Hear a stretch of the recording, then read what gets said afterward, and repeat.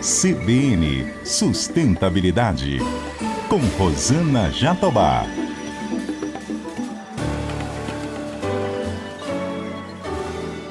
Oi, pessoal, tudo bem? O CBN Sustentabilidade de hoje aborda a agenda ESG na indústria farmacêutica.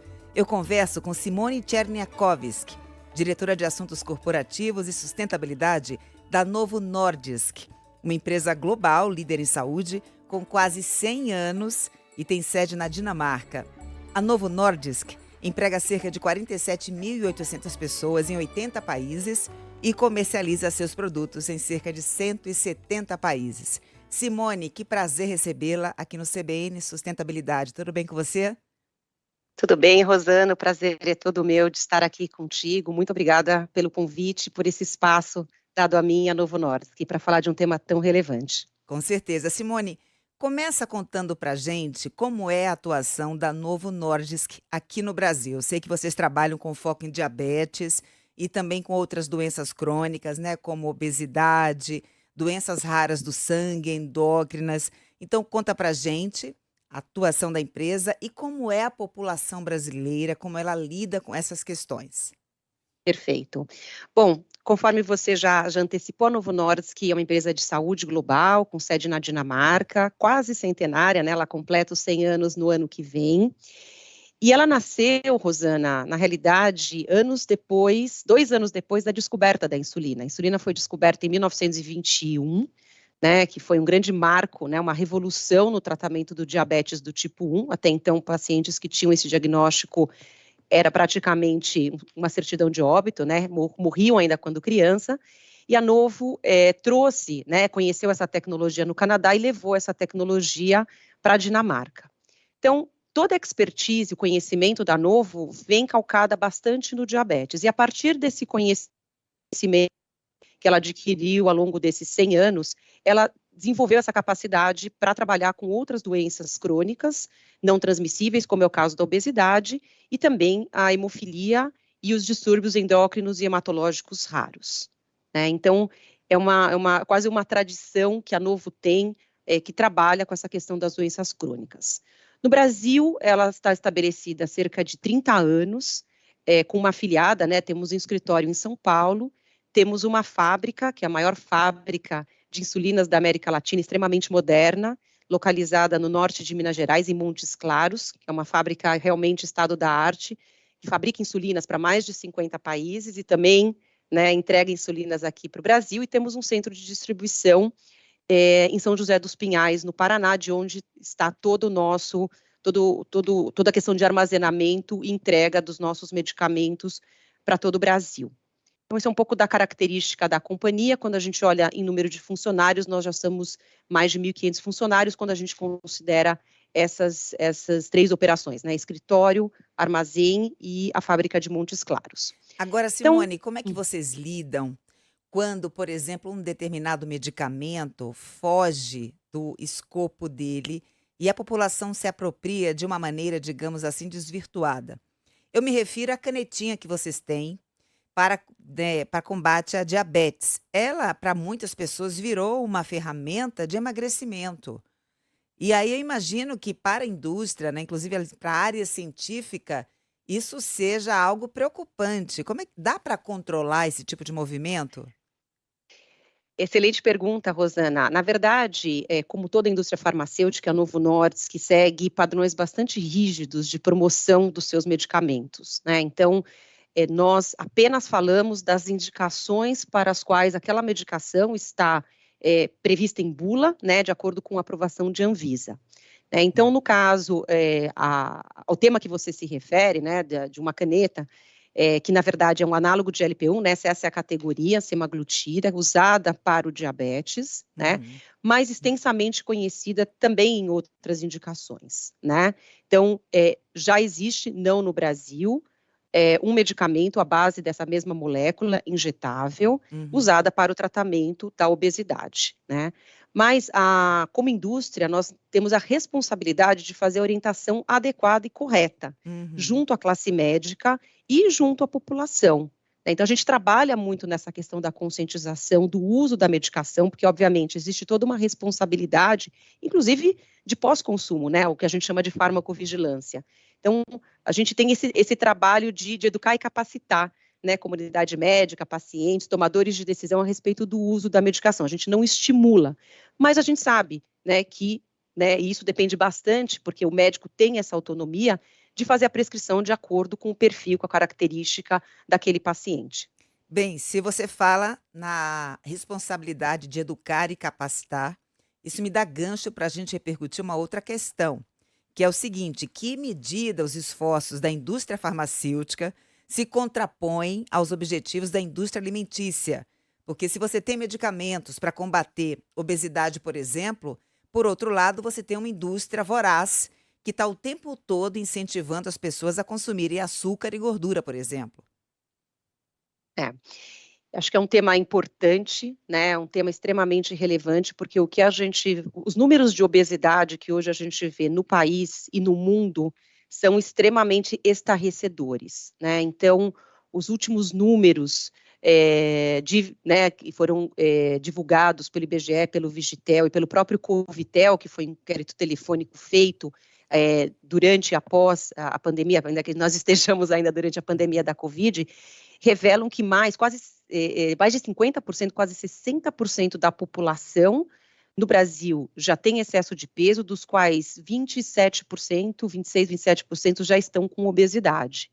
E são números crescentes, né? Como eu disse, no Brasil e no mundo, e com diabetes não é diferente, né? Hoje, cerca de 9% da população brasileira, que equivale a 16 milhões de pessoas, já possuem o diabetes.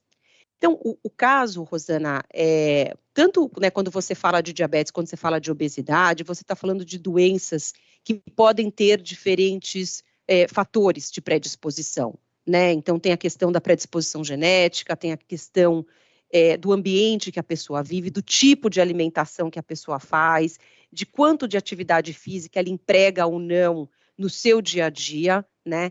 Então, é um conjunto de fatores, né? Então, ainda que a indústria alimentícia possa ter um papel na medida em que a gente sabe que os alimentos ultraprocessados, eles realmente pioram a condição ou acabam fomentando essa questão do consumo, e nesse caso o paciente pode vir a ganhar peso, seria injusto, né, colocar essa questão apenas e tão somente na indústria alimentícia, porque você está falando de muitos fatores, né? Então, quando eu falo de muitos fatores, alimentícios, sem dúvida nenhuma, mas eu estou falando da questão de estilo de vida, eu estou falando da questão de atividade física, eu estou falando, inclusive, Rosana, da questão das cidades, de como as cidades estão construídas hoje, né? Você sabe que mais de 50% das pessoas com diabetes, por exemplo, e com obesidade não é diferente, vivem em cidades, em centros urbanos, né? E com isso, você tem uma alta prevalência, né? Tanto que cunhamos um termo chamado diabetes urbano para observar por que o diabetes e a obesidade aumentam nas cidades. E isso tem a ver, sim, com fatores ambientais, isso tem a ver com fatores como as cidades estão construídas, no sentido de que espaço que as pessoas têm para fazer as suas atividades físicas, que acesso elas conseguem ter a alimentos saudáveis, né? Então, o problema é muito complexo. Então, a gente tem que entender o seu problema na íntegra para a gente conseguir oferecer soluções. Só um detalhe técnico, você que é especialista, o que é que define obesidade? Eu fico sempre na dúvida, o que é uma pessoa obesa? Obesidade é um acúmulo de gordura, no qual a pessoa, a partir de um determinado indicador, que é o IMC, né, o índice de massa corpórea, que é a questão do peso dividido pela altura ao quadrado, determina se a pessoa tem essa condição. Então, feito esse cálculo, a partir do IMC de 25 até 27, a pessoa tem sobrepeso, e acima de 27 a pessoa tem obesidade, e aí você começa a separar nas diferentes graus de obesidade. Você tem obesidade grau 1, grau 2 e grau 3, de acordo com a gravidade da obesidade, né? Até chegar ao limite máximo, que seria o chamado obesidade mórbida, que já não se usa mais esse termo, que a gente chama de obesidade severa. Então, a obesidade em si, além de ser um fator de risco para várias doenças, inclusive diabetes, muitos tipos de câncer, doenças cardiovasculares, hipertensão, entre outras, ela em si já é considerada uma doença, né? Já reconhecida pela OMS, já reconhecida pelas associações médicas de vários países, e ela tem que ser, então, tratada e encarada como tal.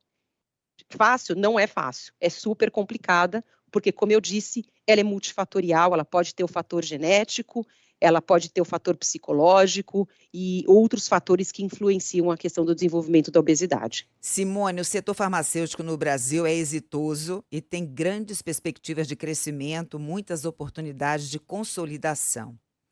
Só que por causa desses poderes todos, né? Aí você também tem grandes responsabilidades. Qual é o papel da indústria farmacêutica com a saúde pública? Existe uma perspectiva por parte de todos de que o setor precisa mirar mais no S da agenda ESG, precisa se comprometer mais, contribuir mais com o desenvolvimento da saúde do nosso povo, Simone.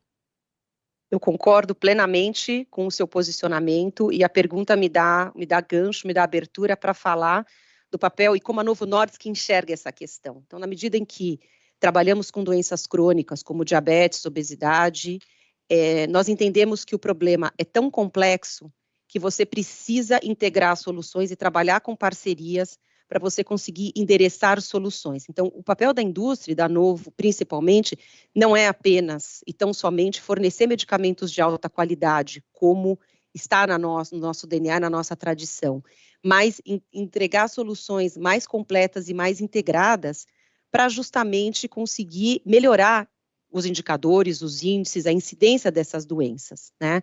Então, quando a gente fala, por exemplo, em obesidade, né? Por muitos anos, a obesidade foi entendida ou foi retratada na imprensa como um fator, como uma questão estética, né? Que não é, né? Que não é, absolutamente não é. Ela é uma questão de saúde, é uma questão de saúde pública, que, de novo, é fator de risco para mais de 200 doenças e vem impactando de uma maneira significativa toda a nossa população.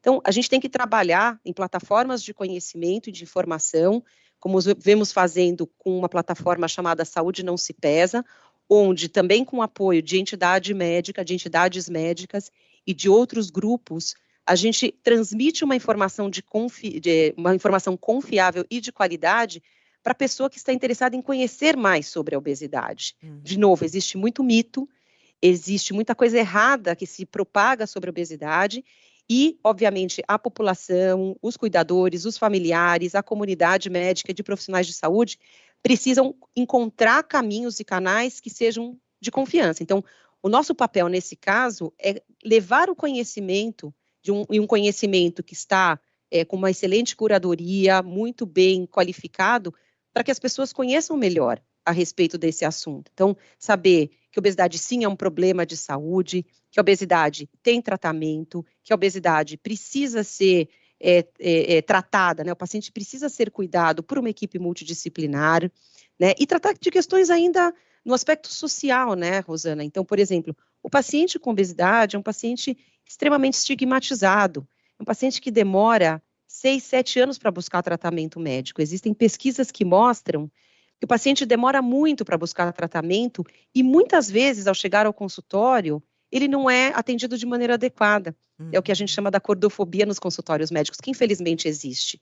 Então, a gente também precisa levar essa informação para que esse assunto seja tratado da maneira correta e adequada e que o paciente entenda que tem uma condição de saúde, que a sociedade respeite esse paciente e que a gente consegue entregar soluções que vão fazer diferença na vida dele. Agora, senão Simone, um paciente que realmente vai ter problemas. Agora, Desculpe. Simone, fornecer medicamentos de alta qualidade, levar conhecimento, isso é suficiente para permitir o acesso da população brasileira ao tratamento digno de doenças como obesidade e diabetes? Então, minha pergunta, a questão do preço, a questão mesmo das condições da população. A gente vive num país realmente de pessoas muito carentes, né? E quem é acometido de problemas como esse, normalmente fazem parte dessa parcela da população que não tem condições de bancar um tratamento adequado. Eu concordo que o tema de acesso, né, e acessibilidade, que a gente chama, ou seja, conseguir, muitas vezes pagar, né, para por aquela medicação, é um tema muito caro e muito caro para Novo Nordisk, né? Então, sem dúvida, no tratamento, né, no controle e gerenciamento dessas doenças, você precisa ter soluções integradas, né? Você precisa ter o acesso à medicação, sim, e nesse caso, você tem no SUS alguns exemplos extremamente interessantes, mas você precisa de um apoio, né? Então, por exemplo, vou me ater aqui à questão do diabetes, né? O SUS oferece insulinas humanas e insulinas mais modernas já há alguns anos, né? E é distribuído para a população de maneira geral. Inclusive, o SUS tem, frascos e tem canetas de insulina, que é uma tecnologia bastante interessante, que já está no mercado privado há mais tempo, mas entrou no SUS em 2018, né? Ocorre que, quando você vai olhar, né, no fundo, né, olhar a questão do controle da doença, você vê que muitos desses pacientes têm um controle muito ruim. A gente começou um projeto recente com uma startup social chamada SES Brasil, que justamente visa levar o acesso especializado a essa população. Então, de novo, você tem uma população com diabetes diagnosticada, o foco são municípios pequenos, abaixo de 50 mil habitantes, com IDH abaixo de 0,7, pacientes diagnosticados com diabetes, mas que têm acesso à medicação, que têm acesso à insulina, que têm acesso à metformina, que têm acesso a sulfas, que estão disponíveis no SUS, mas ainda assim tem um controle muito ruim do diabetes. Tem o índice de hemoglobina glicada, que é um dos principais indicadores, acima de 10, que é um número extremamente elevado, 90%, 80% dessa população tem hemoglobina glicada fora da meta. O que mostra que, apesar de ter acesso à medicação, apesar de ter o apoio da equipe de saúde local, ainda assim esse paciente está fora de controle. O que a gente tem descoberto a partir desse projeto que começou recentemente é que o acesso especializado é muito complicado, né? Ou seja, muitos deles, e eu acompanhei visita em 2 desses centros, no Ceará recentemente, nunca fizeram, Rosana, um exame de fundo de olho, que é extremamente relevante para diagnóstico precoce, para evitar a retinopatia diabética, que é uma sequela do diabetes fora de controle. Muitos desses pacientes nunca fizeram o exame do pé, né, para ver a sensibilidade do pé, que é um dos temas, né, porque o diabetes afeta a microcirculação. Nunca fizeram. Por quê? Porque não tem acesso à atenção especializada. Então, a gente está, com esse projeto, procurando entender como é que a gente pode melhorar esse atendimento especializado a essa população, que já é de alguma maneira assistida pelo SUS, mas não assistida de uma maneira integrada, porque só aí você consegue melhorar o quadro. Agora, Simone, eu tive acesso à plataforma de sustentabilidade da Novo Nordisk e vejo de fato que vocês têm buscado cada vez mais um alinhamento à Agenda ESG, com esse compromisso de contribuir substancialmente para a melhoria da saúde no Brasil. Mas a gente sabe que, historicamente, a indústria farmacêutica se aproveitou de um terreno fértil no Brasil, que é o de explorar a doença e não a saúde. Culturalmente, o foco do brasileiro é na doença. Aí eu te pergunto, você está feliz com essa revolução que está acontecendo, no sentido das pessoas buscarem prevenção mais do que tratamento? Olha, é um tema extremamente interessante. Eu concordo com você que talvez a indústria tenha começado um pouco mais tarde, né? Mas quando, né, voltando ao tema de Novo Nordisk, que a gente olha a questão da sustentabilidade já desde 2004, né? Já olha isso há muitos anos. Existe todo um fator cultural na companhia que entende que o desenvolvimento sustentável ele só vai se dar quando você tiver equilibrado o tema social, financeiro e o tema ambiental, né? Mas, muitas vezes, encontrar uma solução, ela não é simples, né? Você precisa acertar e errar até você encontrar caminhos, né? Encontrar caminhos que sejam caminhos factíveis para você conseguir ir além daquilo que é esperado para a indústria, né? Então, de novo, né? Encontrar parceiros. Os problemas são tão complexos, os problemas de saúde eles são tão complexos que se você não encontrar parceiros que possam trabalhar em conjunto para entender a solução, entender o problema na sua profundidade, para entregar uma solução factível, é muito difícil de você conseguir. Então, eu gosto sempre de mencionar um projeto que a Novo tem, que começou em 2014, projeto em parceria com o Steno Diabetes Center, que é um dos principais centros de referência em tratamento de diabetes do mundo, que fica na Dinamarca, e a UCL, que é a University College London, que instituíram um programa chamado Cities Changing Diabetes, mudando diabetes nas cidades, que, em primeira mão aqui eu posso dizer, que vai começar no Brasil esse ano, a gente ainda só não escolheu a cidade. Mas por que começou esse programa? Justamente porque a empresa começou a observar que pessoas que viviam em cidades, elas tinham uma chance de desenvolver diabetes de uma maneira mais agressiva, né? Então, começou a se observar que a incidência e prevalência do diabetes nas cidades aumentava demais, né? Então, a intenção era trazer um parceiro acadêmico e trazer um parceiro que conhece essa parte assistencial de uma maneira muito grande para entender o problema na íntegra e encontrar soluções de como é que você pode, quais são os determinantes sociais, culturais, ambientais daquela cidade ou daquela população que fazem com que o diabetes esteja crescendo nas cidades, para aí, a partir desse mapeamento, conseguir identificar quais são os fatores e fazer as intervenções. Então, esse é um exemplo, né, interessante de você encontrar soluções. Agora, você me perguntou da prevenção. De fato, eu acho que as pessoas começaram a se dar conta que a prevenção é um fator importante, e eu acho que a pandemia da Covid acabou trazendo à luz, né, levando à luz a questão de que se você, por exemplo, tem um diabetes fora de controle, uma obesidade fora de controle, você tem risco maior, por exemplo, de ter complicações com o Covid, né? Então, assim, de forma alguma, a Covid foi benéfica nesse sentido né, do número de pessoas que infelizmente foram afetadas e do número de pessoas que infelizmente vieram a óbito por causa da Covid, mas nunca se falou, Rosana, tanto em prevenção. Nunca se falou tanto em prevenção, porque as pessoas começaram a observar que não está legal se você está com diabetes fora de controle, que não está legal se você tem obesidade e você já não consegue exercer determinadas funções e atividades no seu dia a dia, né? Porque, não sei se você vai lembrar, mas no começo, a principal população que infelizmente veio a óbito eram idosos, mas depois, na sequência, começaram a falecer pessoas jovens. E quando você olhava o perfil da população jovem, que infelizmente morreu, eram pessoas que tinham comorbidades, por exemplo, como diabetes e obesidade. Então, se começou a ver que sim, então existe alguma coisa que aquela pessoa foi tocada no sentido de eu preciso fazer alguma coisa a respeito.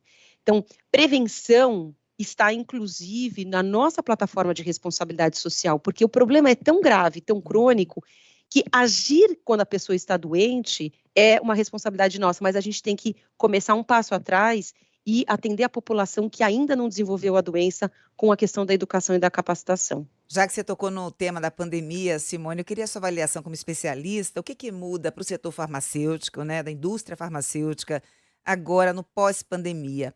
Além dessa questão de ela estar mais atenta às demandas desse consumidor, muito mais exigente, muito mais preocupado com o seu bem-estar, com a sua saúde. Eu acho que a indústria farmacêutica assumiu um papel de protagonismo, sem dúvida, durante a pandemia, né? Foi da indústria que saíram as soluções, graças a Deus, né, para o controle da pandemia através das vacinas. Então, nunca se falou tanto de pesquisa clínica, né? Nunca se falou tanto na questão de tratamentos daí já não da prevenção, mas do caso curativo, né? A gente está vendo agora alguns medicamentos sendo aprovados para incorporação no SUS, né, já para usar em pacientes acometidos pela doença. Então, acho que a indústria teve um papel de extrema relevância justamente por entregar, na realidade, as medicações, as vacinas, que de alguma maneira conseguiram controlar essa pandemia. Então, a gente fala, por exemplo, de pesquisa clínica, a Novo traz para o Brasil uma série de pesquisas clínicas todos os anos. A gente já tem quase 1.500 pacientes em pesquisas clínicas no Brasil para diferentes doenças, diabetes, obesidade, esteatose hepática, inclusive Alzheimer, começando também pesquisas clínicas no Brasil. Então, todo esse conhecimento que a empresa acumula, depois, obviamente, a intenção, obviamente, é que ela se transforme num medicamento e no conhecimento da própria progressão da doença, que lá na frente vai beneficiar toda a população. Né? Então, é um conhecimento acumulado que a empresa, obviamente, vai desenvolvendo, e a Novo faz isso com bastante maestria, ao trazer esse conhecimento através da pesquisa clínica para o Brasil. E, de novo, né, a questão de campanhas, a questão de educação, eu repito 1000 vezes, porque a pessoa que tem a doença, ou a pessoa que quer se apropriar melhor do conhecimento de alguma doença, ela tem os canais certos para procurar as informações. Infelizmente, a pandemia também trouxe ou revelou mais a questão das fake news, né, que são, eu diria que elas matam, né, as fake news, elas matam, literalmente, né. Então, acho que também a indústria assumiu um papel de protagonismo no sentido de levar informação de qualidade, né, porque isso é de extrema responsabilidade. Não é só a indústria, também a indústria, né? Mas eu acho que a indústria teve, assim, um papel de protagonismo nessa situação toda. E, em última instância, né, Simone, serviu de vetor de maior conscientização da humanidade, porque a mesma ciência que alertava para os riscos da Covid é a mesma que hoje alerta para a questão das mudanças climáticas. Então, uma coisa está muito relacionada com a outra. Agora, você Sem acha que dúvida. houve também, como legado da pandemia, uma maior acessibilidade por causa da aceleração de tendências de digitalização? Sem dúvida, né, voltando à questão de falta de acesso especializado, né, acho que a questão de você conseguir, através de ferramentas de telemedicina, teleconsulta, telesaúde, levar àquela população uma orientação adequada, né. Então, a gente sabe que o Brasil é continental, 5.570 municípios, né, Uhum. com uma concentração de médicos muito desigual. Então, você tem, eu já ouvi essa estatística que 83% dos médicos estão em 6% das cidades, né? Ou seja, você tem uma alta concentração, principalmente nas capitais e nos grandes municípios.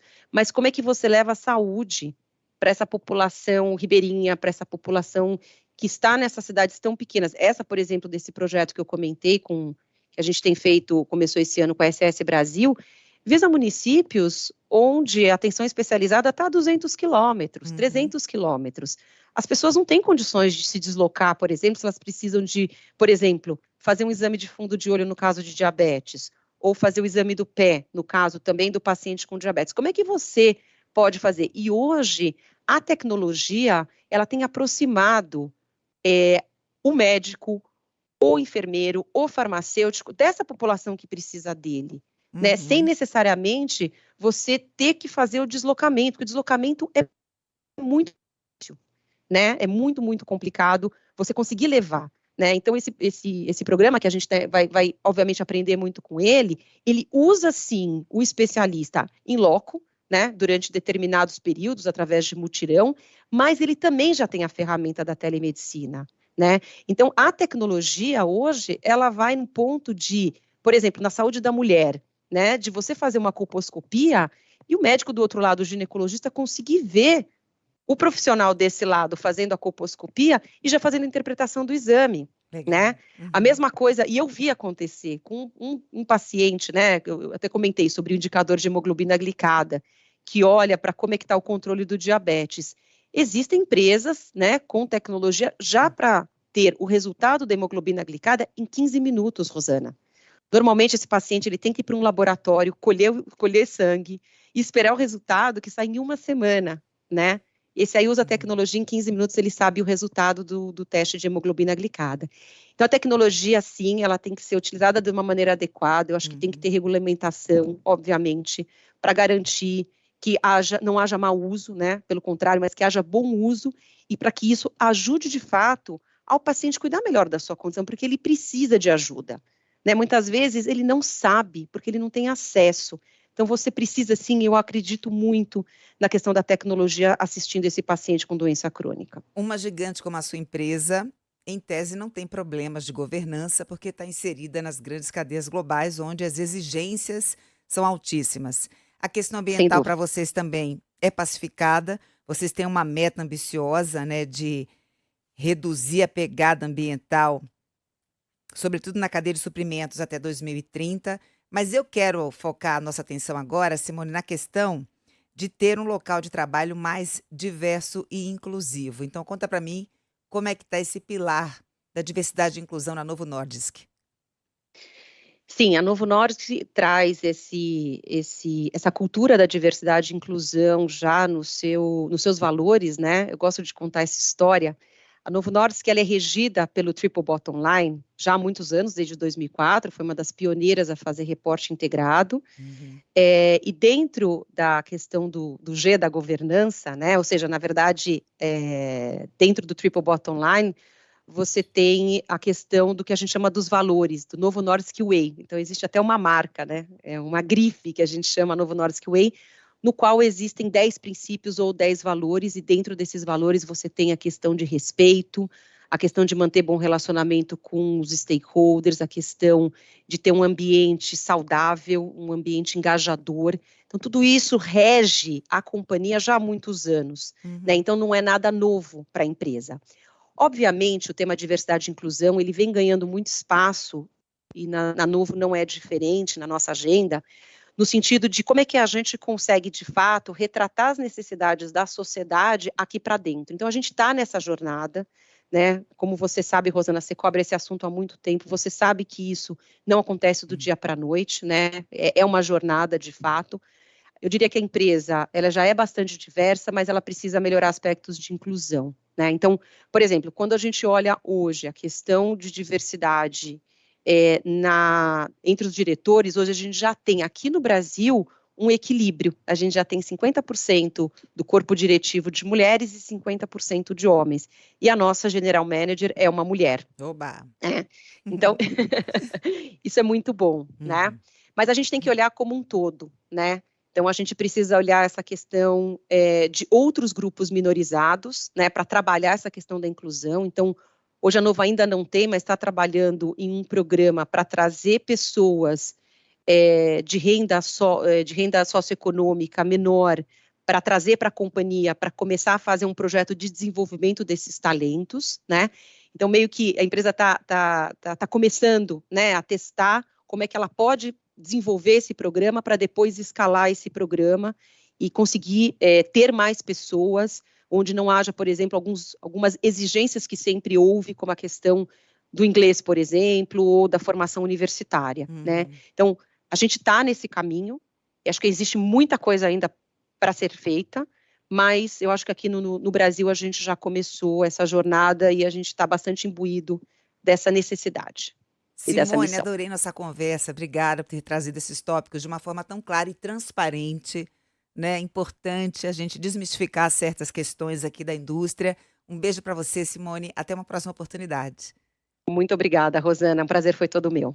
Eu conversei com Simone Czerniakowski, diretora de Assuntos Corporativos e Sustentabilidade da Novo Nordisk.